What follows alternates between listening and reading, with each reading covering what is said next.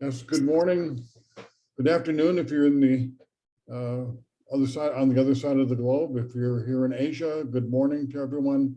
Again, thank you for giving up a Saturday morning for some interesting learning opportunities, and my pleasure to finally welcome Jennifer Klein to an IRCOS webinar. We've been talking and planning this for a long time, ever since just shortly after Christmas break, I think. And anyhow, Jennifer has a new book coming out, the title of which is the same as our workshop this morning. She has an extensive background as a consultant, as an administrator, focusing a lot on issues in global education. And having had quite a bit of time speaking with her in the past, I can tell you you're in for a very interesting session this morning. So I'm going to get out of the way and just enjoy learning with all of you. Jennifer, welcome, welcome, welcome. And thank you all for joining. Thank you so much, Ed. It's really a pleasure. It's evening here in Denver, Colorado, where I am connecting from. Really thrilled to get the chance to have these conversations, which I think are so important about cognitive and cultural inclusion, and to share these new ideas from a book that I co-authored with Kapono Ciotti, who is a Hawaiian, indigenous-born Hawaiian, around what it looks like to rethink education and imagine it on a landscape. I have designed this morning's workshop as a workshop, so I hope that most of you are awake to have some conversations here and there as we go, and that those of you who have your cameras off, I hope you will, as you're able to turn on those cameras, get active, get involved in some conversations about some of what I consider to be some of the most important themes and challenges for education right now and moving into the future. So I'm going to go ahead and share again in the chat the link to the slides. At this link, you'll be able to find and see the slides without, signing up for anything or anything like that. The system shouldn't require that. And you can even view them in box if you prefer not to download them, but they're yours to make use of, because we really want to share these ideas with the world. The book won't be out until July 1st in terms of in print or ebooks actually being available, but we're pretty darn close to that, and I'm really excited to get the chance to start sharing these ideas. So I'm going to go ahead and get my screen shared and get us started. Is everybody able to see my screen? And I might ask too, great, thank you for that feedback. And I might ask too that if you're able on your computer to open up the screen to be able to see each other too. We'll probably do a couple of small breakout sessions based on our numbers, but I do want it to, I always prefer for it to feel like a round table, kind of we're in a room together, we can all see each other, kind of an experience even when we're online.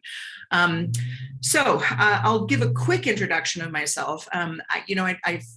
Ed, you captured a lot of it perfectly, and thank you for that. I think it's important to note that I was educated actually in the first experiential schools in the United States, two of the first.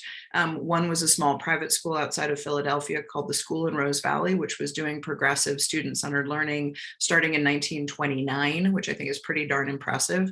And the other was a public school system here in Colorado, which I was fortunate to attend and graduate from.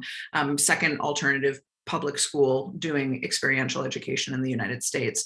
So this is really what I live and breathe, the kinds of things that I'm going to be sharing with you guys tonight. I'm the author of 2 books, as Ed mentioned. I spent 19 years in the classroom as predominantly a high school English literature and writing teacher, taught some creative writing, a little playwriting woven in there, and come from an artistic background as well. So creative writing was my big thing for a long time. But I know I know a lot about what it's like to be in the classroom, and I think that's an important piece of my resume. I've been doing this kind of work and consulting and working with teachers and helping to open new ideas and doors for about 12 years, and I was a head of school for about 3 in Columbia. And this work is very much connected to my dedication to diversity, equity, and inclusion work. I believe very strongly that when there is social justice at work inside the schoolhouse, that we have that wonderful opportunity for a ripple effect out into our societies as well. And I educate very much from that stand. So this morning, sorry if I say this evening a couple times, please forgive me, it's evening here. But this morning we will be addressing this sort of essential or driving question, which is how might we develop the courage to make our educational practices more student-centered so that every student thrives and reaches their highest possible level of success. This whole book was born out of a conversation that Kapono Ciotti and I had in 2017, I believe, or 16, where we really started noticing this tendency in education to talk about access for all students. And I found myself getting more and more frustrated by the use of the word access. And what I kept finding myself saying to people in my circles was, and to Kapono, when we first discussed it, was, why are we shooting for access? Access means that everyone's in the room. It doesn't mean that everyone is engaged, that everyone's learning, that everyone's growing as they need to. And what I kept saying was, why aren't we shooting for success? And so this is really what gave birth to the idea of this book, was this idea of trying to come up with a way to ensure, or to at least encourage, education toward something that would ensure the highest level of success possible for every individual student, considering all of their gifts, considering their cognitive challenges and talents, considering their culture, their socioeconomics, their identities, all the things that made them them. What was that highest possible levels of success for each child? So I want to start out actually by undoing a little bit of the baggage we carry into conversations about education.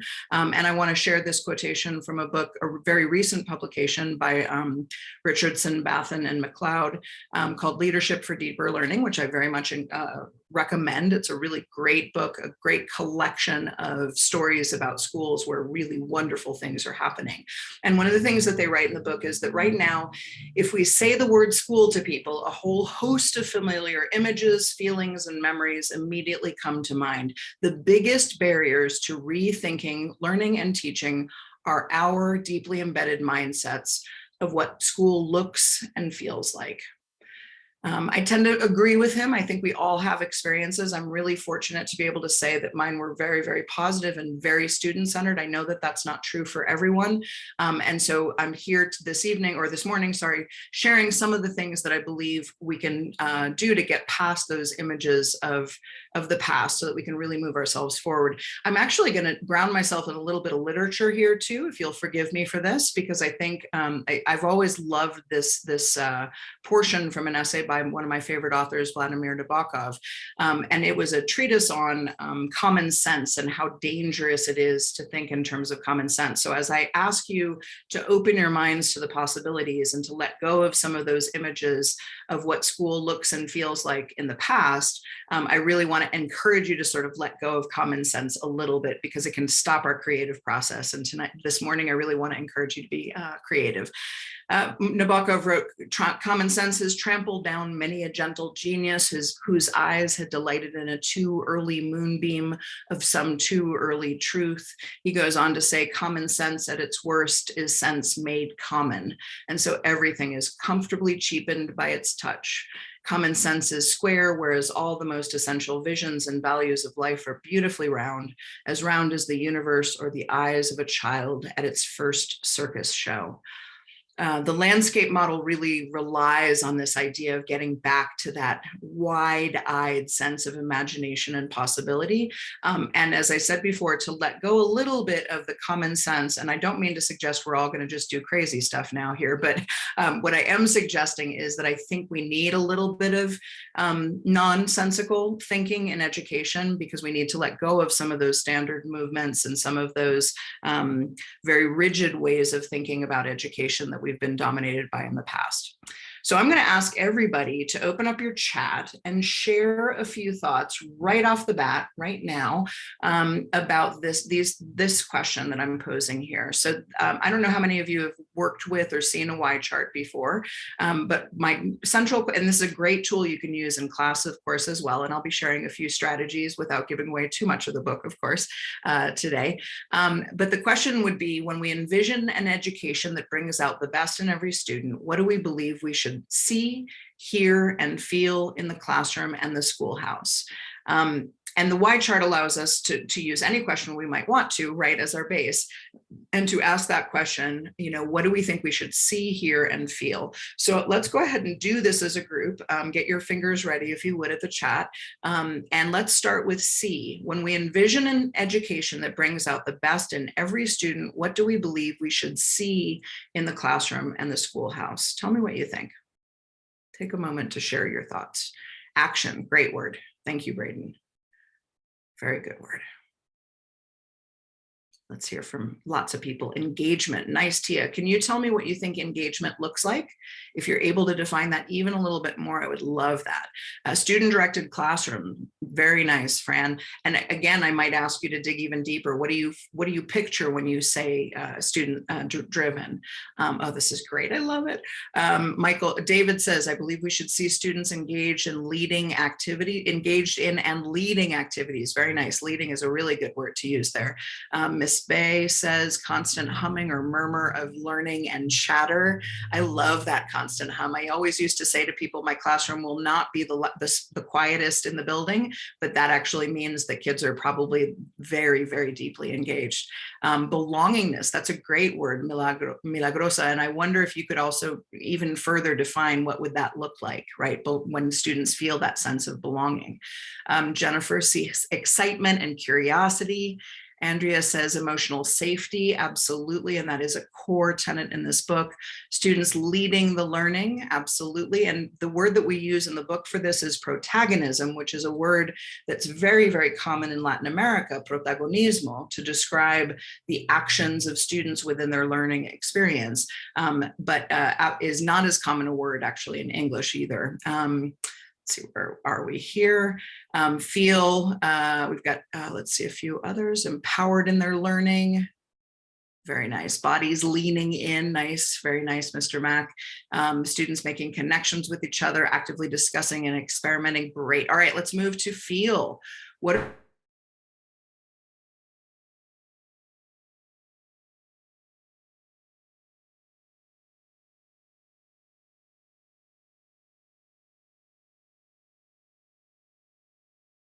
are we going to feel? What might we feel?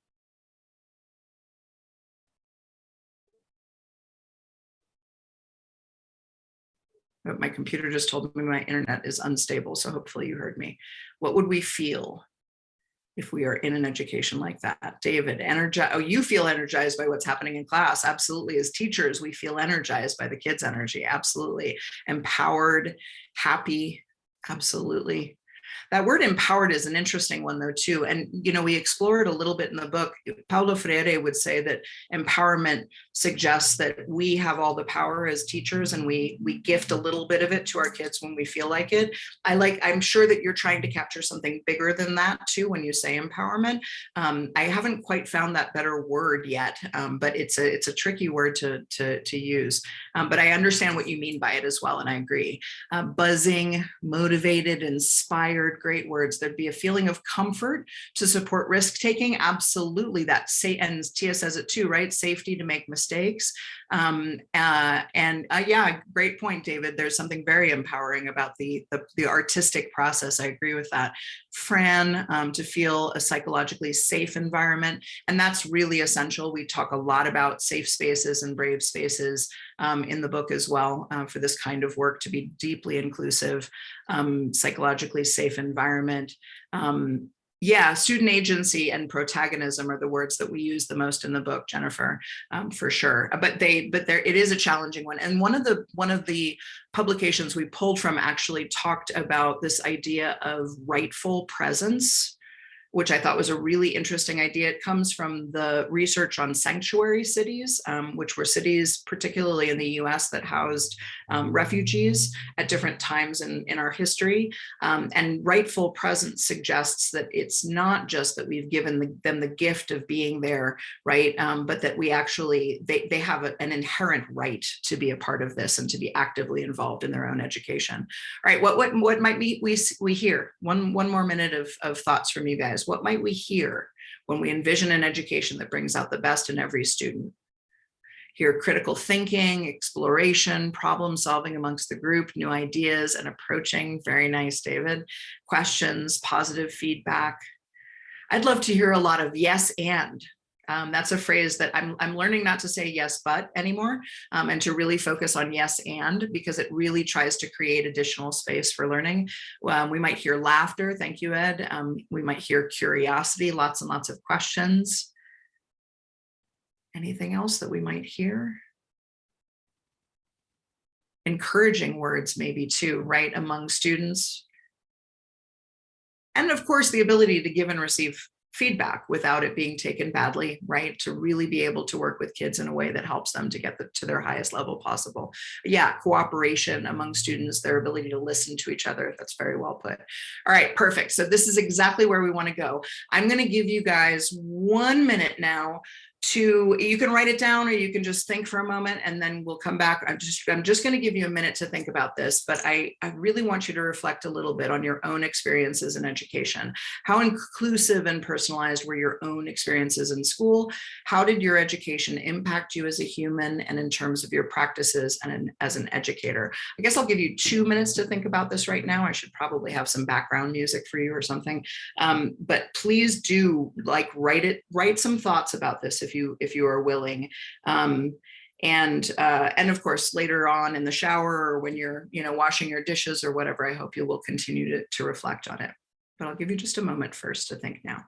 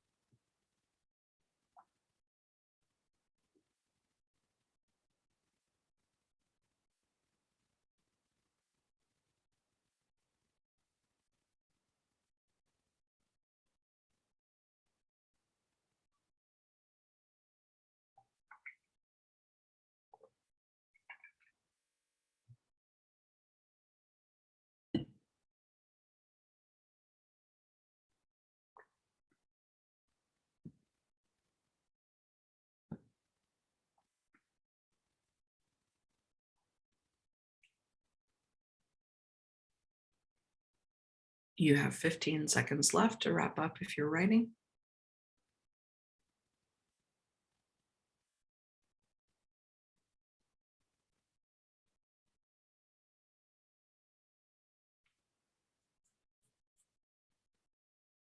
All right, so we'll go ahead and move forward. I hope I didn't cut anybody off mid deep thought, and that this is something I think, as we think about what we want to see change in education, rooting that in our own experiences, I think can be very, very powerful. So I'll continue to ask you to think about your own experiences as we go, and certainly want to encourage you to continue thinking about these questions after the presentation is over. So this is the new book, and here I will give you guys again the link to the slides just to make sure that you all can focus as well. Oh, great to see that some of you shared some of your thoughts in the chat as well. I'm not going to read everybody's personal stories out loud to folks, but I will certainly be taking a look in the chat later to see what the stories were that were shared. Thank you for reflecting publicly as well. All right, so I want to start by clarifying something about this book, and that is that we really want to, we want to be able with this book to reframe the narrative in part by reframing the metaphor. Okay, so we have two metaphors that dominate in modern education. One was given to us as a gift by Sir Ken Robinson, and that is the image of education like a factory assembly line. And the other is one that Kapono and I found ourselves confronting with teachers constantly, which was this image of education as a racetrack. In both cases, I think the metaphors don't work well for kids. And I don't think they work well for us as educators either, personally. So this is a small portion from the book where we were explaining our thinking and clarifying that in the landscape model of learning, we ground our work in metaphors that come from nature for a reason. We believe that educating students is a growth process that mirrors the growth of plants and the movement of species and water and wind across landscapes, not a factory production line.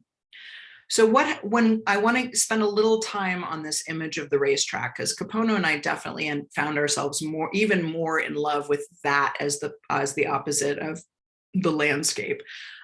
When we think of education as a racetrack, right, where we've got this starting point and everybody lines up ready to go at the beginning of the year. And in theory, they're all in the same point, except we all know that that's not true. Even if they're all 4-year-olds, even if they're all 10-year-olds, even if they're all 15-year-olds, they're not in the same place in their learning. And then, of course, we have to get them to the same point as well, right, by the end. And that's the effect of the standards movement, even though there are plenty of kids who are going to take a lot longer to get there. And there are plenty of kids who could go further, right?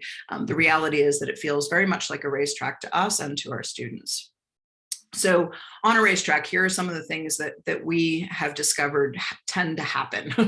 And of course, I'm always glad to hear that there are exceptions out there, right? So I don't mean to be suggesting that your school is exactly this way, but it's something that we've certainly seen as a tendency or a pattern across modern education in our research. On a racetrack, educators don't always know students' broader context or experiences, nor do we always feel like we have the time to be culturally responsive because, of course, we have things to get done, right? Students who feel stuck, who get stuck, feel stuck. They feel stuck and behind usually the whole way through, sometimes through the whole year, sometimes through their entire education from 3 years old to 18-year-old years old. They're like the car that's stuck with the pit crew trying to get it back out onto the racetrack, and they're conscious of it. And we know that that doesn't help them learn, right? When they feel like everybody's ahead of them and they're struggling to catch up, which is part of why we really want to rethink the metaphor to begin with. Students who could go beyond the finish line rarely do, which means that our most gifted kids are idling at the finish line, to stick with the metaphor, and not moving forward. Sometimes we help them, we ask them to help us actually, which is not a bad thing, right? Please come support these students who maybe need some extra support. I don't think that's a bad thing, but if we do it all the time, we're not getting them to where they could go either, right? And we, of course, end up in a difficult position when it comes to both of those extremes. Compliance tends to be key. Kids sort of fulfilling our expectations becomes the norm, and different learners as a result tend to feel invisible. And that, now I want to break down that word different learners, right? Because one of the things that our research suggested was that all of us are different learners, right? There's nobody in this conversation this morning who thinks exactly the same way or who sees things exactly the same way as everyone else in this virtual space, right? So the reality is that everybody is a different learner, but we all have those particularly outside the box thinkers in our classrooms, and the compliance game doesn't always work for them, right? And finally, of course, we end up having to teach to the middle for efficiency, and because there is a standardized set of expectations. So we often get stuck sort of focusing on that middle ground and ignoring those extremes. Again, I don't say any of this to offend anyone in the space, but just to say these are the tendencies we're seeing in a lot of education, whether it's public or private, in most cultures in the world now. So what changes when we go with a landscape, right? What changes when we rethink the metaphor? From our view, and I'm sorry that Kapono can't be here to be part of this conversation as well, but hopefully you'll get a chance to engage with him at some point as well. On a landscape, educators know what students bring into the learning ecosystem, whether that's their cultural upbringing, their socioeconomics, definitely their previous learning, their strengths, their challenges, all of those things, because we really take the time. It's less about racing to a finish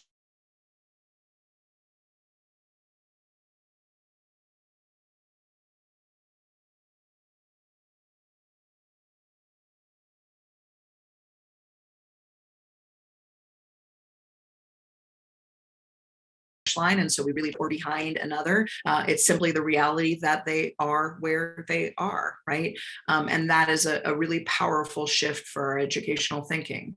All students are encouraged. Did everybody hear that okay, Ed? I just got another unstable internet warning. I don't know why Denver's internet is suddenly messing with me today. We're good? Okay. I hope. Okay, good. There might be a little bit of a delay or something, but okay. All right. As long as folks are hearing me. Okay. Thank you. Just making sure, because I don't know what's going on with the internet today. So students are where they are. All students in the landscape model, our image is that all students are being encouraged toward their own best horizon and beyond, meaning that we are really personalizing and working with them to identify what are their goals as individuals, what are their families' aspirations, where might we go with them. And that horizon is going to be different for every child to a degree. Now, mind you, the book does recognize that that's really hard to do in really large schools and classrooms. And so we do offer some strategies for what that looks like in big classrooms. But we really want to see all students encouraged toward their own personal best and their own aspirations. Student protagonism or agency becomes key. Ideally, all learners will feel visible and will feel valued. And educators are using pedagogies that help to ensure multiple pathways towards students' collective and personal horizons. Those are pedagogies like project-based learning that allow for certain standards still to be met, but via many different pathways that hook into not only students' interests, but also their talents and potentially their aspirations and goals as well. So this is the model in and of itself, at least in the image that we have at the moment. And I'll be giving you a little bit more depth on each of these three elements of the landscape model, but they are the ecosystem, which is all about what students bring into the schoolhouse, the identities, the culture, the backgrounds, the prior experiences, all of those things, because they are all unique organisms within this ecosystem of learning. The horizon is the second element, and this is all about that goal setting. Where is it that each child is headed toward? What is the potential end point for each child? And I'd like to clarify too that in part because we are both very culturally responsive educators, and because we both come from Indigenous roots, Kapono and I have woven in a lot of really important stories that invite educators to rethink whether the goal is always university and then this, and then more university and then this big job. There's a lot in the past of Indigenous education and place-based education, which we really do encourage people to think back toward, where we really recognize that every community has its own set of potential aspirations, and they may not look the same in all countries. They currently tend to look the same because of colonization, because education, certain systems have spread all over the world. But what might it look like if we were to allow that to shift a little bit, and we were able to really embrace some of the things that these older cultures believe success looks like.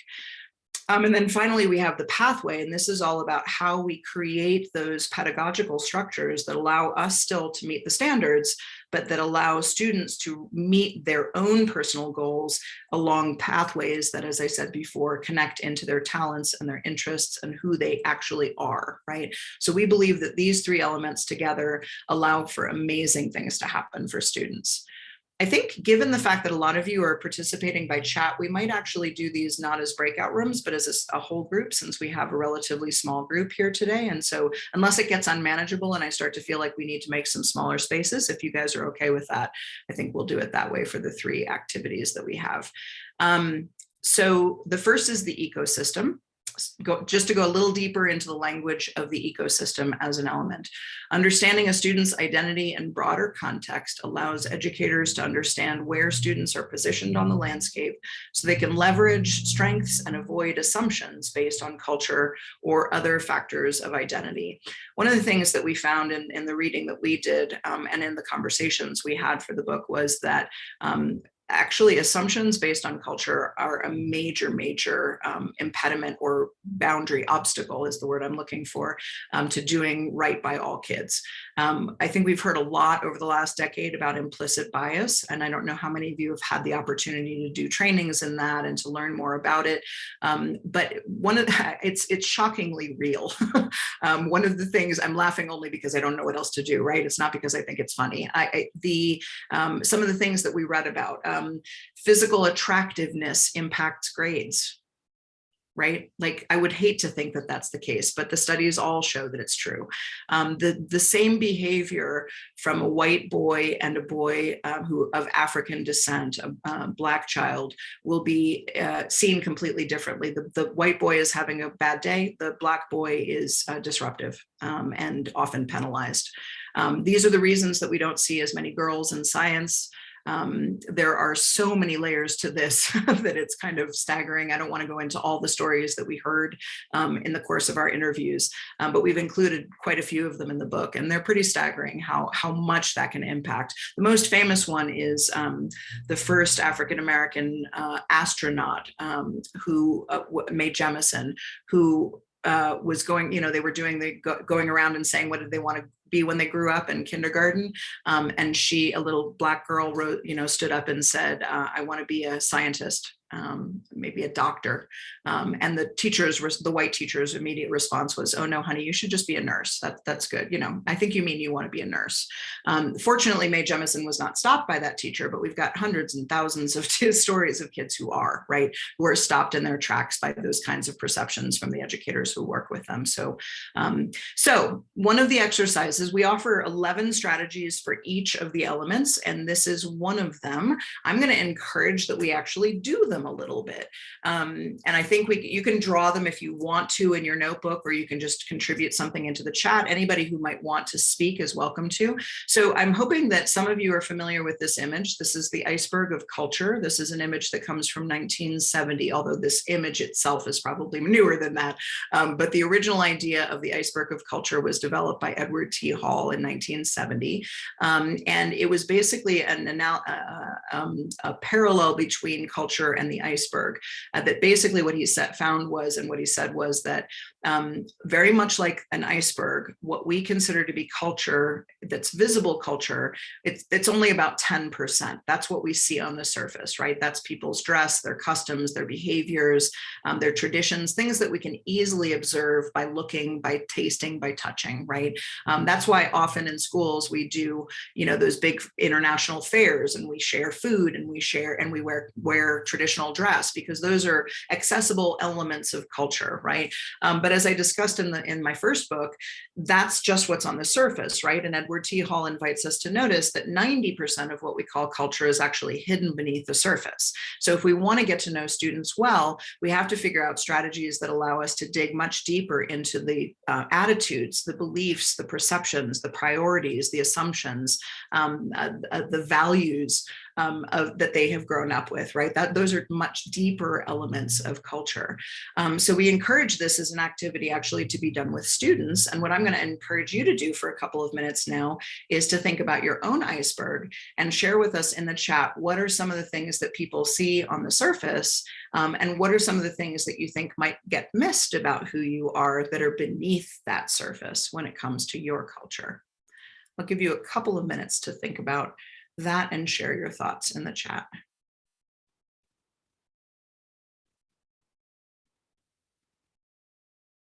Or on mic. If anybody would like to speak on mic, please feel free. Jump right in.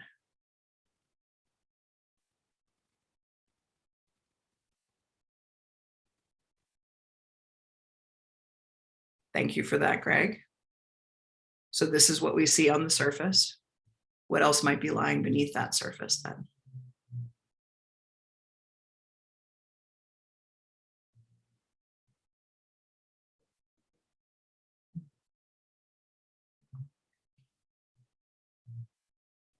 I can share mine as well as we're waiting for people to type. I know it's a little hard to listen and talk at the same time, but on the surface, white lady, probably a little older, right? Because I've got this gray hair. Sometimes people notice the Jewish name and the Jewish nose, the Jewish features, I should say, Eastern European features.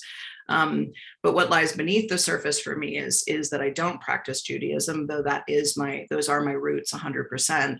I'm not politically aligned with many of the things that Judaism stands for. So there's a very embroiled sort of thing going on under the surface for me all the time when it comes to who am I and what's my identity.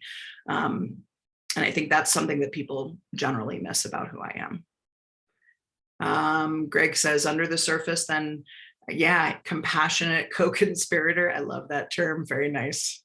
Very nice. David mentions white male, Scottish accent. Well, see, you should have spoken, then we would have heard that too.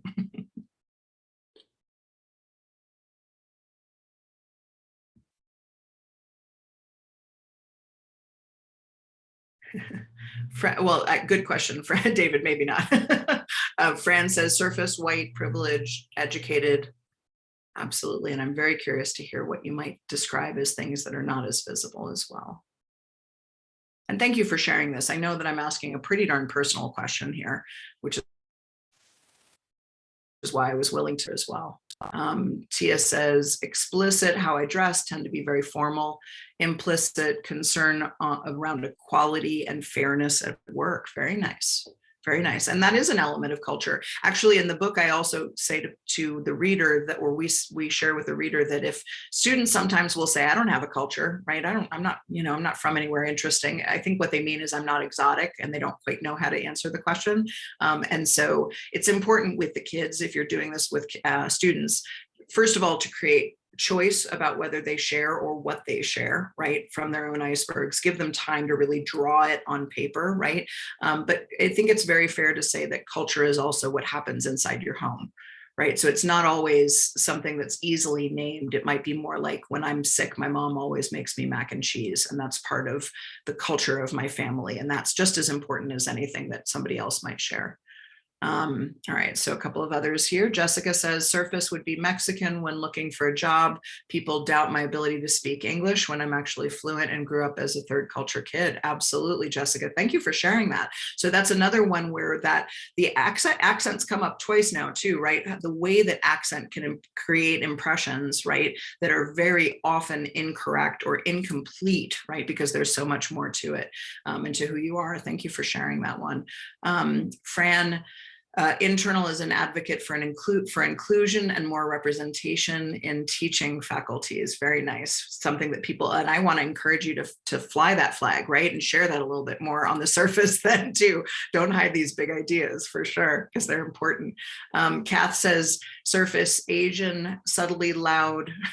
I like that. I like that description. And internal, third culture adult, multicultural identity, educated, introvert. Very nice. You know, I'm an introvert too, and people rarely believe me when I say that, but very much so. Yeah, I like that. You know, some of us are sort of hiding in plain sight, right? Doing the big presentations. David says, internal, the fight for the rights of others, fairness, a listener, even though externally loud. Nice. I like that one. And then Jeff says, on the surface, white male with traditional and privileged education. What's below the surface is concern for gifted learners who get stopped at the finish line of the racetrack. Absolutely. And I feel that one very deeply as well. I was definitely that kid who had 15 answers that went beyond the exam questions, right? Always. And so I needed schools that would appreciate that, as opposed to telling me, no, that's not the answer I was looking for, right? When asked questions. And Milagrosa says, surface external Asian educators are not used to, asking questions, internal, reflective, and inquisitive. I love that. That's a great way of describing it. Terrific. So the book will of course include more instructions and more ideas about how to weave a discussion with kids, but this is the kind of activity, and we have a few that push the envelope a little, push the line a little bit more, that might be a little bit harder to run in some environments. We've really tried to give you an array of different strategies for what it looks like to really get to know kids. I know that there is some research out there that suggests that knowing your kids really well actually biases you more, but I would say that that is not true. And we've made this claim in the book that that is not true when students are truly the central protagonists of their own learning, because they keep us in check as much as anybody does. All right, so let's move on then. Let me make sure I don't have any others to notice. Okay, we're going to move on then to the next element, which is the horizon. This idea of the horizon actually comes very much from the work of Sarah Lewis. And so if you have never read The Rise, I certainly want to recommend her book. The Rise is a wonderful exploration of artists and athletes and just great thinkers throughout history and their perceptions of what mastery really looks like. And one of the things that she talks about is this idea of the receding horizon. And she says that masters are not masters because they reach the end, right? Or they reach a finish line, or they reach a horizon, but because they recognize that there isn't one. Right? That's just a concept. And she describes the learning process and the growth process as a horizon that's always receding as we move toward it. She followed archers, right? Who were trying to, make those perfect shots every single time. She talked about artists whose work sells today for $15 million a piece, but those pieces were actually found in the trash can behind the artists' homes at the time that they were made, because the artist didn't believe that they were good work. And she really embraces this idea that the growth process is something that goes our entire lives, right? That basically we have only mastered everything the moment before we pass away, not to sound too morbid, but you get my point, right? And so when we think this way about education, what does it look like to really work toward that lifelong learning and that individual horizon for each child? This image of the salt flats in Bolivia is a perfect way of describing that receding horizon, right? Where as you move toward it, it moves away from you. And within this element, what we're sharing is that understanding students' goals, interests, and strengths, and the aspirations of their families allows educators to identify what success looks like for each student without allowing their assumptions to limit students' potential. So I'm going to share a story that I know educators always find a little distressing, but I think it's a really helpful one to illustrate the point. In the United States, we have a lot of young graduates from college who go into inner city schools for anywhere from 2 to 5 years. It's usually connected to student loans or Teach for America types of programs. And I'm not going to knock the programs at all, but very often when teachers go into a community that they are not naturally a part of or haven't grown up in themselves, they will tend to go in, and I hear this very much more often than I'm comfortable hearing it, that their goal is to help students get out of their neighborhoods. Right? To help them, pull themselves up by their bootstraps and get out of their neighborhoods. Well, believe me when I say their families do not have that aspiration, right? That aspiration actually leads to brain drain, and it leads to the best and the brightest leaving their communities and never having an impact on them. What their families want is for them to truly embrace their roles within their communities and make their communities better. Right? And maybe go off and get more of an education, or maybe not, but bring it back, right? Not leave the community completely, right? So the horizon is all about being able to figure out with kids and with their families as well, what are their aspirations? What do they believe success looks like? Like letting go a little bit of that everyone must go to university. Not that I'm saying it's a bad thing to go to university. And I know that international schools have, there's all sorts of reputation connected to that as well. But I would also say, I think there's a really important question in there about whether everybody's headed toward the same thing, right? And whether success really looks the same for all kids. Because some of these forms of success make a lot of young people feel like a failure their whole lives, right? So what would it look like if we were to undo a little bit of that and make the horizons a little bit more personal? So what this really looks like in the classroom is goal setting more than anything else. And again, we offer a bunch of different strategies for what that looks like. But one of the exercise that I'm going to encourage us to do right now is this one. And it is one of the strategies that we offer in the book. This is the WHOOP protocol. The one that you see here in terms of it, what's written on the image is about your year. It would be the way that you might run it at the beginning of a school year with students. to define their goals for the year. However, I'm going to encourage you all to consider it in terms of your own thoughts too, with when it comes to how far you might take inclusive learning. So let's again use either chat or if anybody wants to jump in, of course, I do not need to be the only voice being heard here, but I would love to hear from anybody who wants to sort of walk through their thoughts. Let's start with the W. What is your wish when it comes to how far you might take inclusive learning in your classroom or other role, depending on your role at school? Give you a couple of minutes to drop some thoughts in the chat or to raise a hand and jump right in. Yeah, Jeff, please. Ooh, we can't hear you. You got it. Okay. Oh, you stopped being able to hear me. Oh, that's strange. Are you hearing me now? Okay, all right, so that was an internet glitch. Sorry about that. I was hoping you were about to say something out loud too. All right, so everybody, if nobody wants to speak into the mic, then go ahead and just share right there in the chat. What's one wish that you might have for how far you could take inclusive learning, whatever your role in schools might be?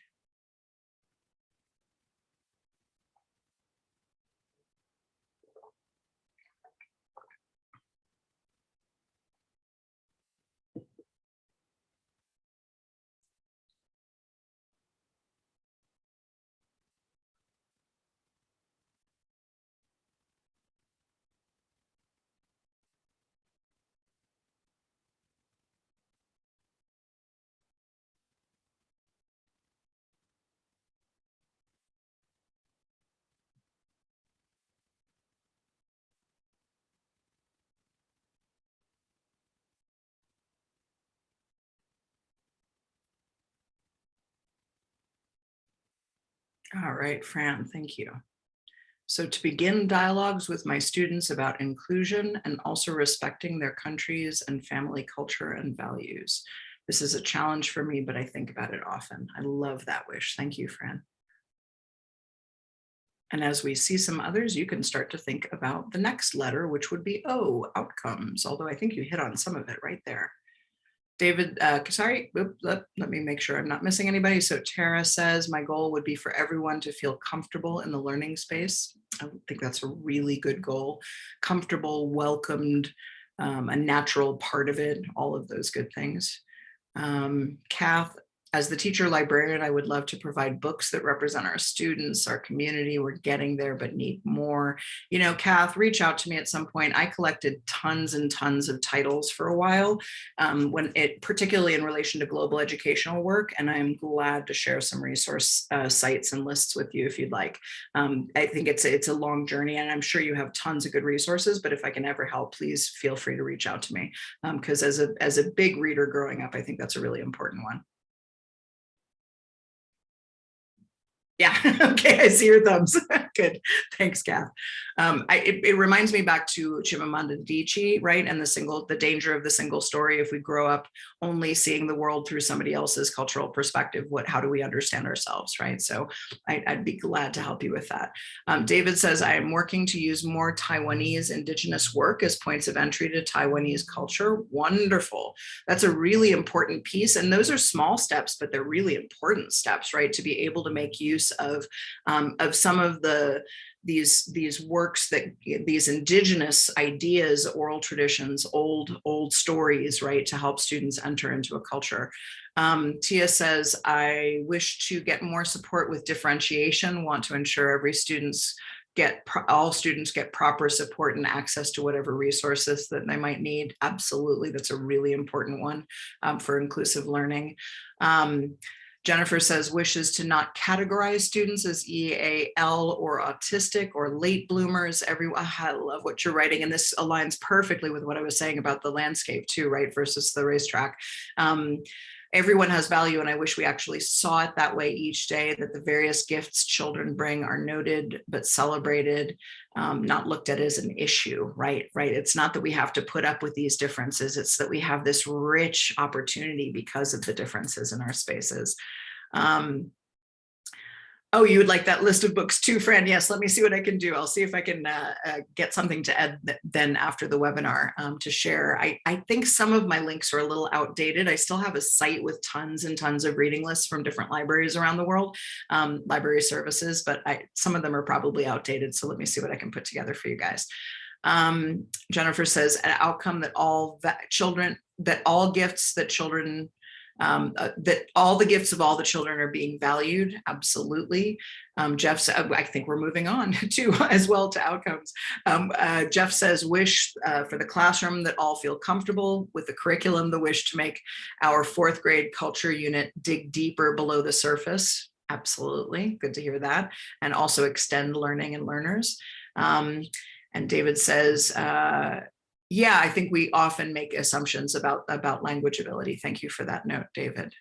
All right, I think actually in the interest of making sure, we might be able to come back to this, but I want to make sure I'm able to share some of the principles from the book as well. So I think we'll stop with wish if that's okay with you guys, but you can see how this would work in class, and getting students working in small groups or individually to define their wish, their outcome, their obstacles, and their potential plan is a great small protocol. This particular one we actually recommend for use up through 3rd or 4th grade with the younger learners, although it's perfectly fine for older learners as well. And then the other one that we recommend is the SMART protocol, right? The SMART planning protocol, which is planning that is specific, that's measurable, that's achievable or attainable, that's realistic, and that's time bound. And so reachable, sorry, and time bound. And so that's one that gets to a more complex level and is perhaps more appropriate for slightly older learners. Thank you for all of this great participation. I'm really enjoying these responses that you're offering in the chat. And Jeff, yes, it would work very well with the planning team. Either one of them would, but the WOOP is a little bit like, it's just a little gentler, I guess, than the SMART planning. It's a little less about measuring and specificity and more kind of, I like it because it's sort of big picture, and that's the way I like to think. So, all right, so we will now move on to the 3rd element, which is the pathway. And this is about recognizing that students may not be headed toward the same horizon. Recognizing that students may not be headed toward the same horizon, educators work with students to chart their course across the landscape, co-constructing personalized pathways through pedagogical structures that position students as protagonists. So this element is all about the way we design and work with curriculum so that we can still meet those goals, because of course it would be a terrible thing if we were to be more inclusive and as a result nobody got into university because we stopped worrying about any of our standards or curriculum, right? Or if we've lost our jobs because we were suddenly not teaching what we were legally bound to teach. So we have to find that middle path, and we do talk about that in the book, what it looks like to make sure that we still fulfill certain standards, but that we do so in ways that offer multiple pathways so that the kid who's really talented at something, we are leveraging those talents in their work, as well as, of course, continuing to work on on improving in their areas of weakness, or of the opportunity for growth is my preferred way of describing weaknesses. This whole chapter in the book is really all about different ways of planning curriculum, different ways of thinking about the pathways through a bunch of different strategies for how you might do that. One of the things we share in this book is a protocol that Kapono has been using and working on and developing for many years, which he refers to as student-centered iterative planning. He encourages that this process is something that planning teams should do regularly in the course of a given year, to make sure that they are constantly checking back in and regularly adjusting what they're doing to the students right there in the room with them. And of course, there's a whole section on educational policy and how educational governmental decisions often have a lack of trust in our ability, right? Governmental or administrative systems sometimes have a lack of trust in our ability to really teach to what's happening in the room, but the reality is that we do know our kids. And if we're doing this right, we're able to say, I need to make this adjustment for this kid. Ooh, I think this would really hook them right now, et cetera. So the iterative planning process starts with what is important to learn, be able to do, and understand. The second question is, what do students already know and what are they already able to do? The third is, what are students curious about? And Kapono tells this great story in the book about a learning unit on interdependence. That they had this whole unit, the teachers had this whole unit planned in the school in Hawaii on interdependence in society. And then about 2 days into the unit, their playground was taken over by bees. Thousands and thousands and thousands of bees, and they couldn't go out for recess anymore. But all of a sudden, interdependence in society was not what kids were curious about. They were curious about the bees. So the teachers adapted their whole unit so that the same concepts were being taught, but they were being taught through what kids were actually curious about at that moment, which was, why do we have thousands of bees suddenly on the playground, right? And what's going on? And it turned into this amazing project on pollinators and all of these things that ended in action to around helping to protect pollinators, because we need them so badly. The next question is, how do students learn best?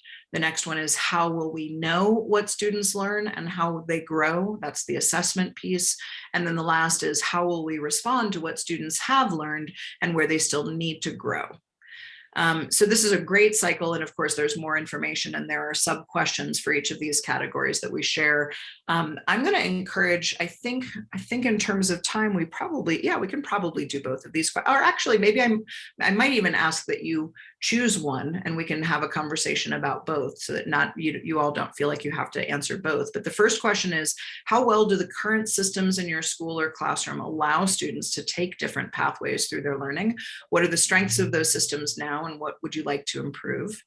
And the second question is, if you asked your students how much they feel like their learning experiences capitalize on their talents and interests in meaningful ways, what do you think they might say, and what might you learn from their answers? So you can choose either question, I would say, and I would love to invite some answers either in the chat or with your mic from those who are willing to speak. This is going to be another one with a little bit of a wait time, but that's okay. I'm wicked good at wait time.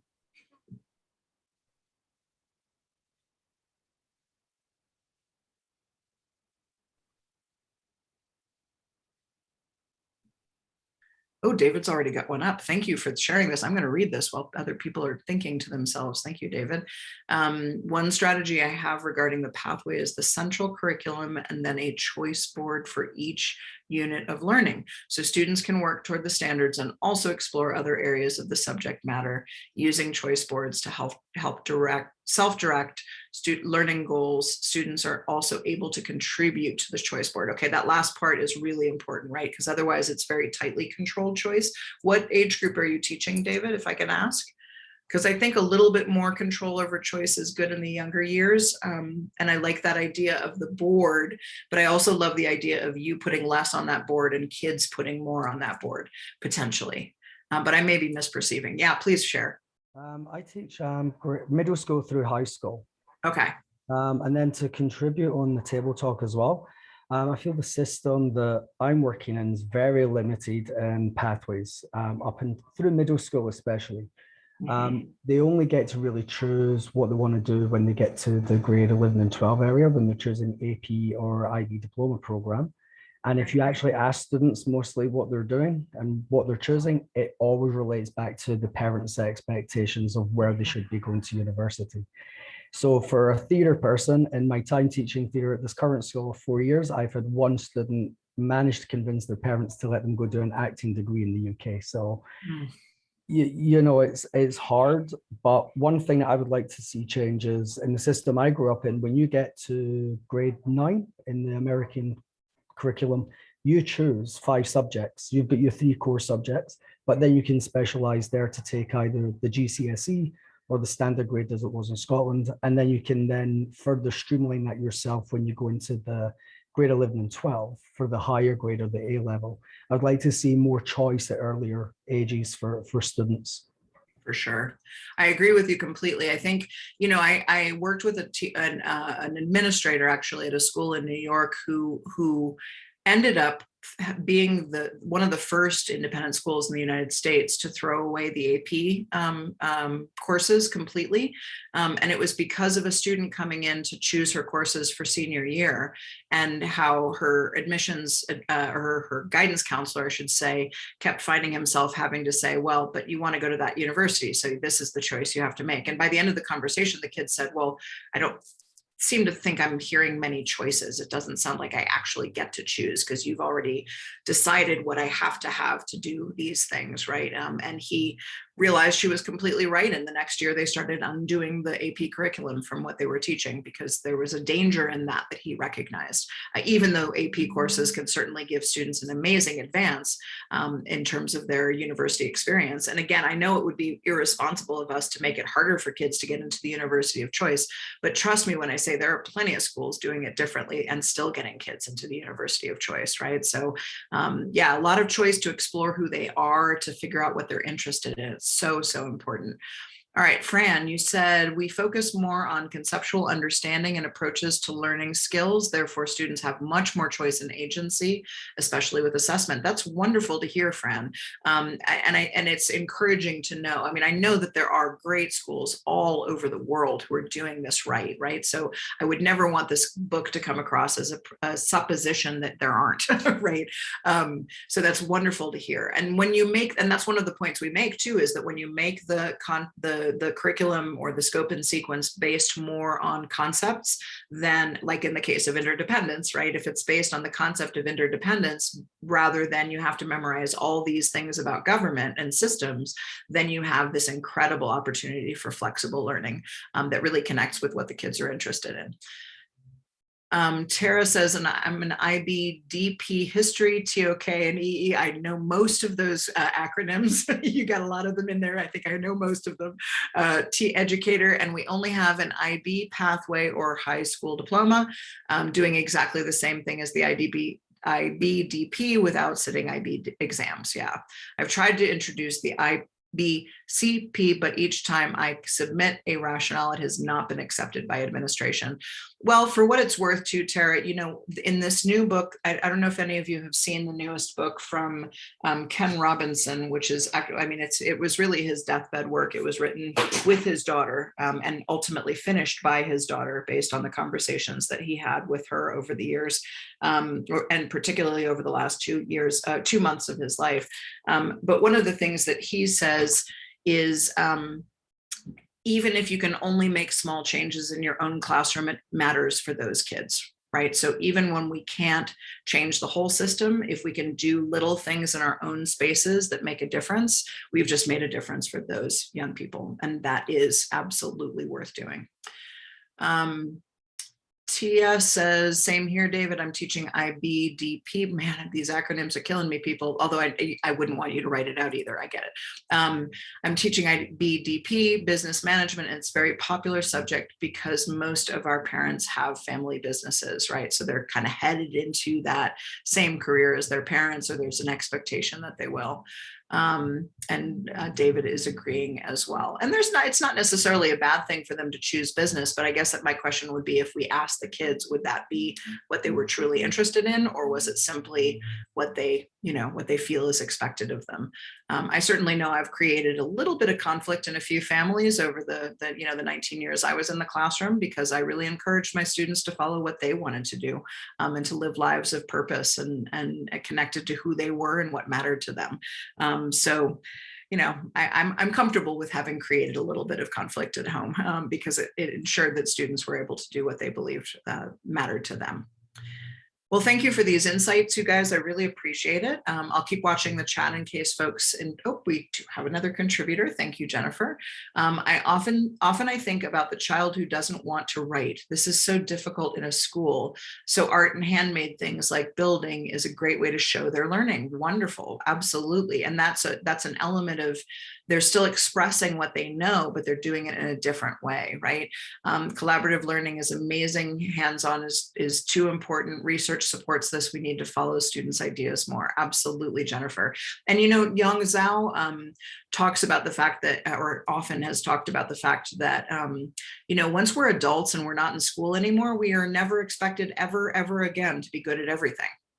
Right? Ever. It's only in school that we're graded and expected to be good at absolutely everything. Once we get out into the world, we outsource the jobs that we don't know how to do, right? I spent my life feeling like I was stuck on the edge of the racetrack and with the pit crew working on my vehicle when it came to mathematics. Now, I went to schools that were very inclusive and did all sorts of things right, but I still thought, and I still think today, that I'm terrible at math, even though I've learned another language from scratch in my 20s, right? Which suggest, and I come from a musical family, both of which suggest I could probably have been okay at it, but I grew up with that complex, right? That I can't possibly do it. Well, what do I do now?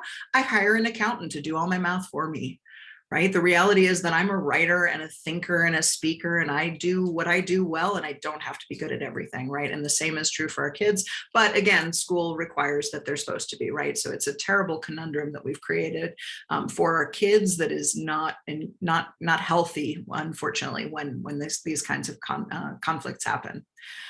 Yeah, I think a lot of teachers are expected to be good at everything, Jeff. I totally agree with you. And I think as humans, we're expected to be good at everything. Yeah, I suppose that's true. I certainly know as a head of school, the parents expected me to make a perfect decision, but their idea was always that the perfect decision was the one that they agreed with, right? So that not necessarily the measure of success I would have preferred to work toward all the time. All right, you guys, I'm going to share if you're ready, I'm going to share these 8 guiding principles. As we were working on the book, we almost had too many ideas to fit in. So I'm going to share these 8 guiding principles and close us up today. So the first is that it is false to set up education like a racetrack because students vary in their gifts and needs. Oh, Fran, it's okay. I understand perfectly. We are recording it, so hopefully you'll get a chance to see the recording later on. So as I've already described, I think all of us feel that incoherence, right, between that racetrack, that feeling of being stuck on the racetrack, and what we know kids need and want from us in the classroom. So this first principle, of course, I think I've pretty well explained already.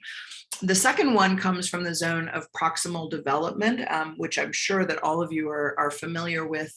But our point here is that the ZPD actually benefits all students. We think of it very often as a tool just for special education, but this idea of being able to identify what can the kid do without my support, what can the kid do with more significant support? What is the child capable of doing with minimal support? And where can I let go, right? And see them fly to next, right? Being aware of those levels of development and knowing what is that next right step for each child, I think is something that really benefits every single kid, right? Including those at the 2 extremes and everybody in the middle, if you will, when it comes to what comes next, right? What's the next best thing for me? And so we really encourage the use of this kind of thinking with all students. Again, with a recognition, of course, that if you have a classroom of 40, it's not going to be as easy, but that doesn't mean we shouldn't be trying to make it happen.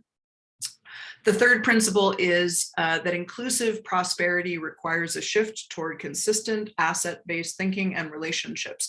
So I want to explain this word inclusive prosperity because I haven't yet created a slide on these different ways of thinking about inclusion. So I want to let me back up for a second and explain this.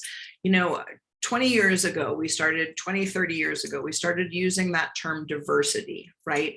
To describe, or multiculturalism, that was the other term that was very popular and still is, to describe our goal in schools. And in a lot of schools, what all that meant was we have a diversity here, right? We have in the classroom an array of different cultures and backgrounds, right? That's really what diversity suggested in its early years.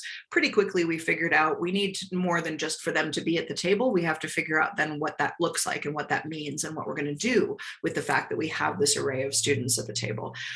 So from there, we end up with this next term, which was inclusion, right? Which I think a lot of people have really embraced as a wonderful term, right? Everyone is included in the conversation, they're present, and it matters that they're present, right?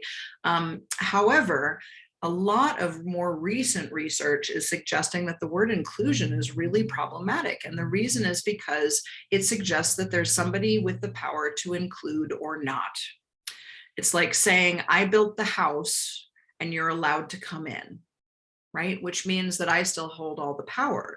And so if we break that down a little bit, it's a slightly problematic term, right? And more people are trying to find a better way to put it. Now, the most recent movement in private schools in the United States has been the use of the word belonging. Right, that belonging would be the ideal goal, that everyone feels a deep sense of belonging. In our research, we were looking for, is it belonging? Is it something else? And the term that we found was inclusive prosperity.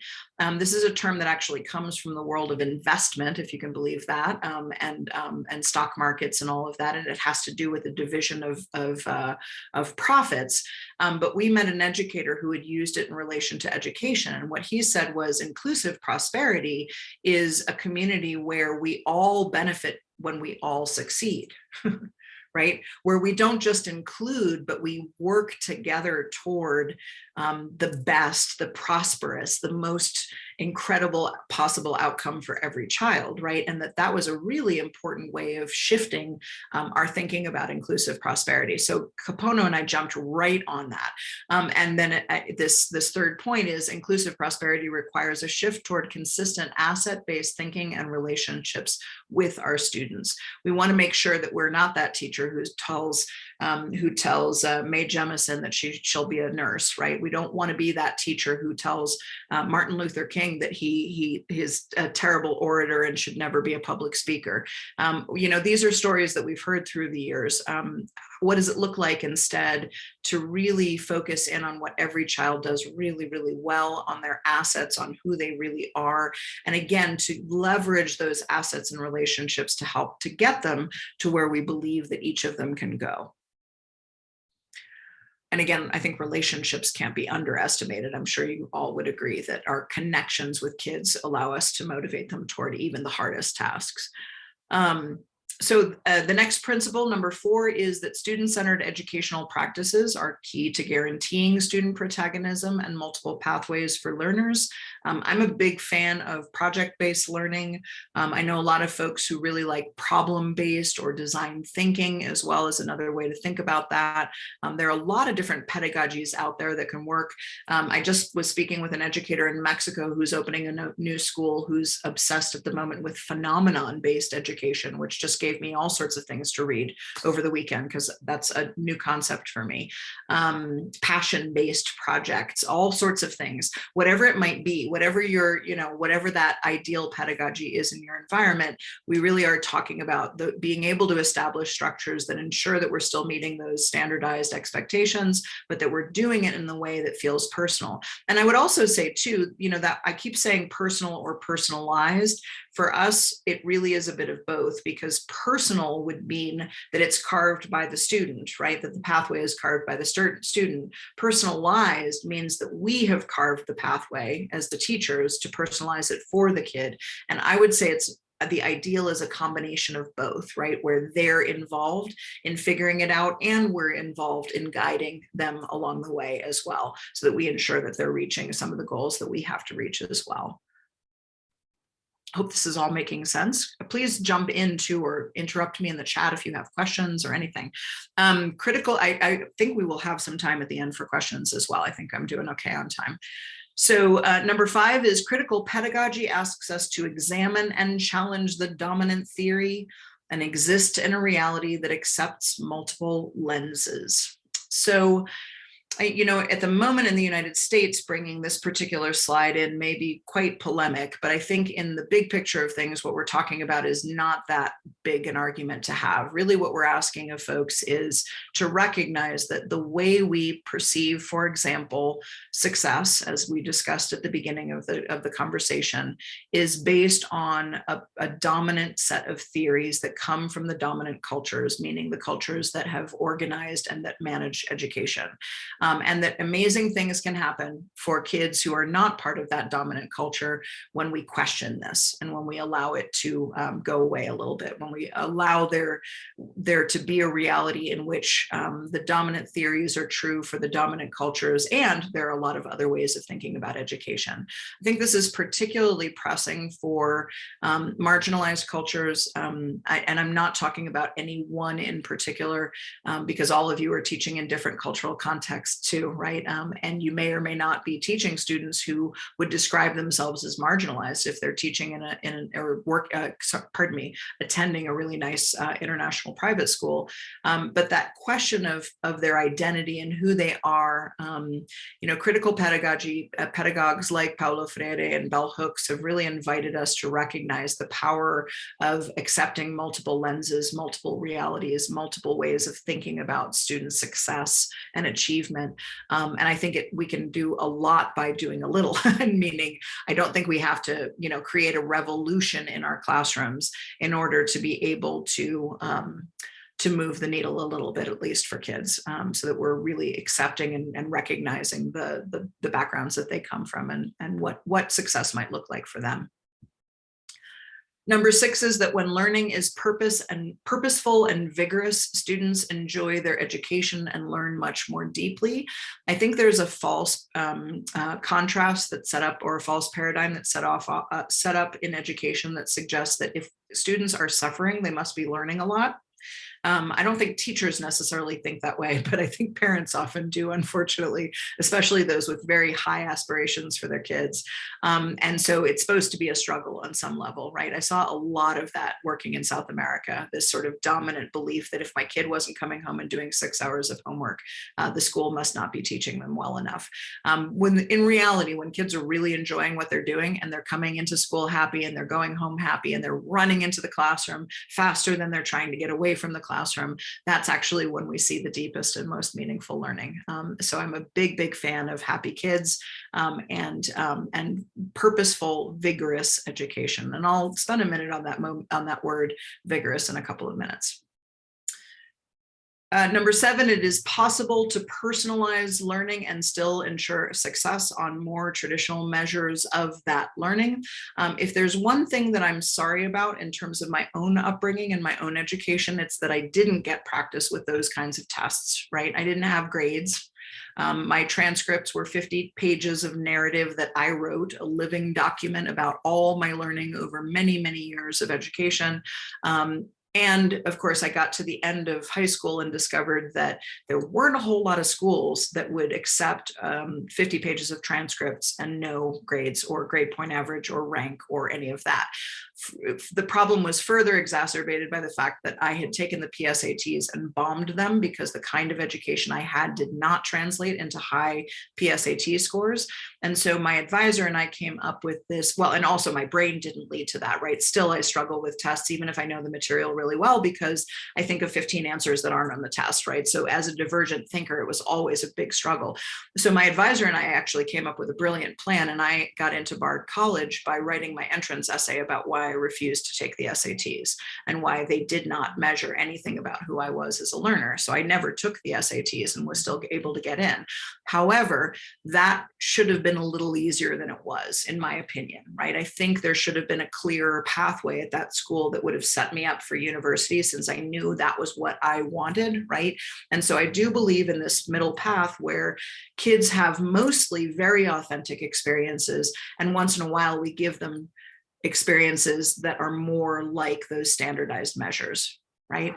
We give them practice with it a little bit along the way that something like the MAP test can do, the way that something like, a couple cram sessions, if you will, in high school can help to do for the SATs or other types of exams, but that we spend most of our time on that more personal learning and that more personal sense of success. I do believe that we can accomplish both, and we really tried to write the book in a way that would help teachers to and administrators to see how that might be done. And our last principle is educators need to believe in every single student to build and maintain a deep, enduring sense of hope and optimism for what's possible, and to have the courage to make it happen. And I think that one's pretty obvious, right? I mean, I think when kids can tell if we believe in them or not, right? And one of the things I used to do as a head actually was I would ask students, do you feel that this teacher believes in you and your ability to do this work and to succeed at something hard? And I learned a lot about teachers as a result of that question. And I would ask the teacher the question too, right? Do you believe that your students see themselves that way through your eyes? Do they sense that you believe in them? And there wasn't always coherence in terms of how the teacher felt and how the student felt. And I think there's a lot we can do to keep getting better and better at that. I was actually in a classroom just the other day in Columbia doing a walkabout with administrators and teachers, and saw a student of color in a predominantly white classroom make a brilliant comment, the kind of comment that would have stopped me in my tracks as an English teacher, right? And would have made me go over and stand in front of this kid and say, oh my gosh, tell me more about this amazing thing you just said. And the teacher was like, yeah, cool, and went on to the next thing. Right? No recognition for his thinking. Now, I didn't see her do it with the white students either, so maybe it's just not her style, but I think we have to give feedback. I think we have to encourage. I love seeing teachers go up to kids who have just accomplished something difficult and high five them, right? Even just the simplest gestures that remind the kids that we believe in them and that we have a great deal of optimism for what they're capable of doing. And then, of course, courage is the other piece, because as we've discussed, it's not always easy within the systems that we work in to make this kind of change happen. All right, so I mentioned the word vigorous. So I want to clarify one of the things that matters to me. Let me get my light adjusted here too, because I'm realizing that I'm kind of being shadowed by the curtains. So we often use the word rigor in relation to education, right? It's the word I've grown up hearing. Oh, sorry, Tia, you had a question here about how do you follow up MAP test results? I think in the best of cases, kids are actually seeing their own results, and they are the same way that we would do student-led conferences, that we would encourage kids, and student-led conferences is one of the strategies we encourage in the book, but that we would encourage kids to be the ones who communicate to us and their parents how they feel about their scores and where they see that they need to work and where they are feeling successful. Obviously, our younger students would struggle with that, but I think our older students would be capable of doing a lot of that. And I think even our younger students are capable, if we scaffold with them, to be able to express and communicate their own learning. So again, I would say it's about protagonism. That's what's going to allow the MAP test to be less of a burden and more of an opportunity. But it's connected to the racetrack too, right? So it's got its challenges as well. Thank you for that question. So in education, we talk a lot about rigor. I've been hearing that word in relation to education my whole life, not in my schools, but in general. But I want you to notice what that word really means, right? When we look up the word, it means rigidity, firmness, or severity in the treatment or fulfillment of certain norms. It comes from the Latin word, which can be translated as stiffness, inflexibility, or rigidity. On the other hand, the word vigor means the internal force or energy of a living thing. Effort, energy, enthusiasm also comes from the Latin, and it can be translated as being full of life or lively. My own high school principal, who was the founder of the school that I graduated from, the open school here in Colorado, wonderful model of student-centered learning, and an old one started in 1970, always said that learning should be vigorous, that rigor suggested somebody wrapping you on your hand with a ruler telling you what they expected from you, but that vigor was something that came from the child internally, and it was like a light being turned on. And all of you have seen it, I'm sure, in your classrooms, right? Those moments where, or in your administrative work as well, right? Those moments when that light turns on and kids get really excited about learning. I think if we could embrace the term vigor much more than we have tended to embrace the word rigor, that would make a huge difference for kids. And even just that one thing would change the environment in the classroom in really significant ways. So we are coming to the end. Actually, I have a slide that brings us back around to our driving question. How might we develop the courage to make our educational practices more student-centered so that every student thrives and reaches their highest possible level of success? Might have been wrong about time for questions, but let's go ahead and share what's something, and again, you can do this in the chat, what's something, one thing or more that you would like to do on Monday to make your classroom more inclusive and personalized. Please share a thought or two. Jennifer and everyone, I'm going to turn off the recording now. We'll continue, but I'm just going to turn off the recording. Sure, that's fine. Thank you. Sure.